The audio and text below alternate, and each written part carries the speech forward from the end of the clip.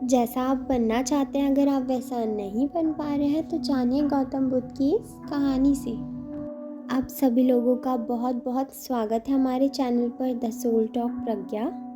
जैसा आप बनना चाहते हैं अगर नहीं बन पा रहे या जो आप चाहते हैं वो नहीं हो पा रहा है तो आज की इस कहानी को बिना स्किप करिए लास्ट तक देखिएगा। हो सकता है शायद इससे आपकी ज़िंदगी बदल जाए। ये है लाइफ चेंजिंग गौतम बुद्ध की कहानी। दोस्तों, आज जो कुछ भी आपकी लाइफ में है वो इसीलिए नहीं कि आपकी किस्मत ही ख़राब है, वो ये कि आप इतना ही डिज़र्व करते हैं। हमें जो कुछ भी अपनी लाइफ में मिलता है वो सब प्रकृति के ऊपर रहता है। हम जो डिज़र्व करते हैं, हम जिसके हकदार हैं, प्रकृति हमें उतना ही देती है। चाहे अब वो ज्ञान हो या धन, हमें उतना ही मिलता है, हमारे पास उतना ही है जितना हम डिज़र्व करते हैं, जितने के हम लायक हैं। लेकिन जितना आपके पास है, अगर आप उससे ज़्यादा एक्सपेक्ट करते हैं, आप चाहते हैं आपको उससे ज़्यादा मिले, तो आपके पास वैसे गुण होने चाहिए।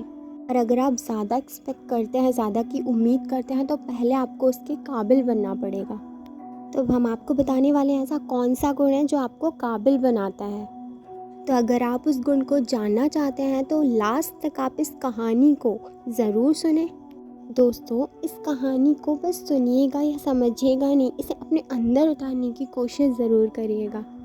तो अब हम आपको बताने जा रहे हैं गौतम बुद्ध के जीवन की शिक्षा की कहानी, जो आपके जीवन को पूरे तरीके से बदल सकती है। तो दोस्तों, एक बार गौतम बुद्ध को एक सभा में भाषण करना था और जब सभा का समय हुआ तो बुद्ध वहाँ आए और बिना कुछ बोले ही वहाँ से चले गए। तकरीबन वहाँ पर 100 से भी ज़्यादा लोग बुद्ध का इंतज़ार कर रहे थे और बुद्ध के इस तरह के व्यवहार को देखकर सभी लोग बहुत ज़्यादा चौंके।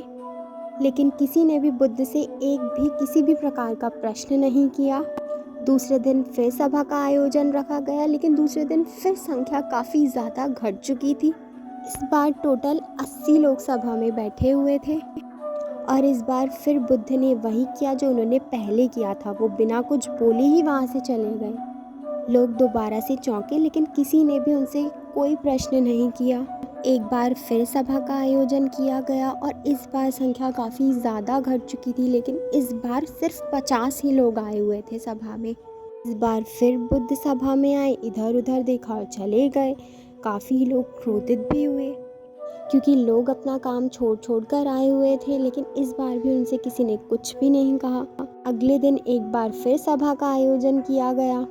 आप लोग जो इस कहानी को सुन रहे होंगे, आप लोगों को भी ये लग रहा होगा कि कितने बार सभा होगी, आप लोग इरिटेट हो रहे होंगे। और जिन लोगों को भी इरिटेट हो रहा होगा ये समझ के, सोच के कि ऐसा बार बार क्यों हो रहा हो, उन्हें तो और ध्यान से ये कहानी को सुनना और समझना चाहिए। अगले दिन फिर सभा का आयोजन किया गया और इस बार संख्या काफ़ी ज़्यादा घट चुकी थी। इस बार कुछ 30 लोग ही थे सभा में।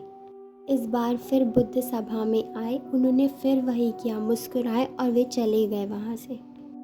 इस बार लोग बहुत ज़्यादा क्रोधित हुए, उनकी पीठ पीछे काफ़ी कुछ बोला, लेकिन फिर भी बुद्ध ने कोई रिएक्ट नहीं किया, उन्होंने कुछ नहीं कहा। एक बार फिर सभा का आयोजन किया जाता है और इस बार संख्या काफ़ी ज़्यादा घट जाती है, काफ़ी ज़्यादा नीचे हो जाती है, लेकिन इस बार बुद्ध अपना आसन ग्रहण कर लेते हैं और इस बार उनकी सभा में सिर्फ 15 लोग आए हुए थे और वही 15 लोगों को उन्होंने उपदेश दिया और वही 15 लोग उनके भिक्षु बन गए। और आगे चलकर वे 15 लोग ने ही उनके ज्ञान को अलग अलग जगहों पर पहुंचाया। फिर एक बार लोगों ने उनसे पूछा कि बुद्ध, आप हमेशा सभा से बिना बोले क्यों चले जाते थे? फिर बुद्ध ने जवाब दिया कि मैं उन लोगों को खोज रहा था जो लायक थे। जैसे पहली सभा में सिर्फ 100 लोग आए हुए थे, वो सिर्फ आए हुए थे, उन्हें कोई मतलब नहीं था मेरी सभा से। और उनमें से कुछ लोग सिर्फ ये देखने आए हुए थे कि सभा में क्या होता है। वो मेरे काम के लोग नहीं थे, क्योंकि वो मेरे ज्ञान को औरों तक नहीं पहुंचा सकते थे। मुझे उन लोगों की खोज थी जो मेरे ज्ञान को जन जन लोगों तक पहुंचा सके। कई दिनों तक मैं सभा से इसीलिए चला जाता था क्योंकि मैं देखना चाहता था कि किन किन लोगों में इतनी पोटेंशियल है जो सभा के लास्ट तक रुके, देख सके। जिन्हें वास्तव में धैर्य था, जिन्हें ज्ञान चाहिए था, वह लास्ट तक सभा में रुके। जो लोग ऐसे ही आए हुए थे वो पहले या दूसरे दिन ही जा चुके थे। जिनके अंदर धैर्य था उन्हें मुक्ति का मार्ग भी मिला।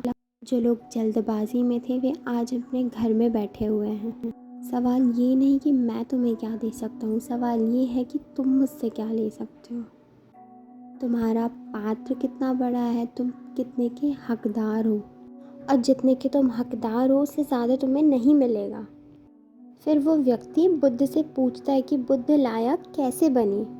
फिर बुद्ध ने जवाब दिए कि धैर्य के द्वारा। अगर आपके अंदर धैर्य है तो आप अपने जीवन में कुछ भी पा सकते हैं। सभा में 100 से भी ज़्यादा लोग आए हुए थे, लेकिन आखिरी सभा में सिर्फ 15 लोग थे, और वो 15 लोग वो थे जिनके अंदर धैर्य था।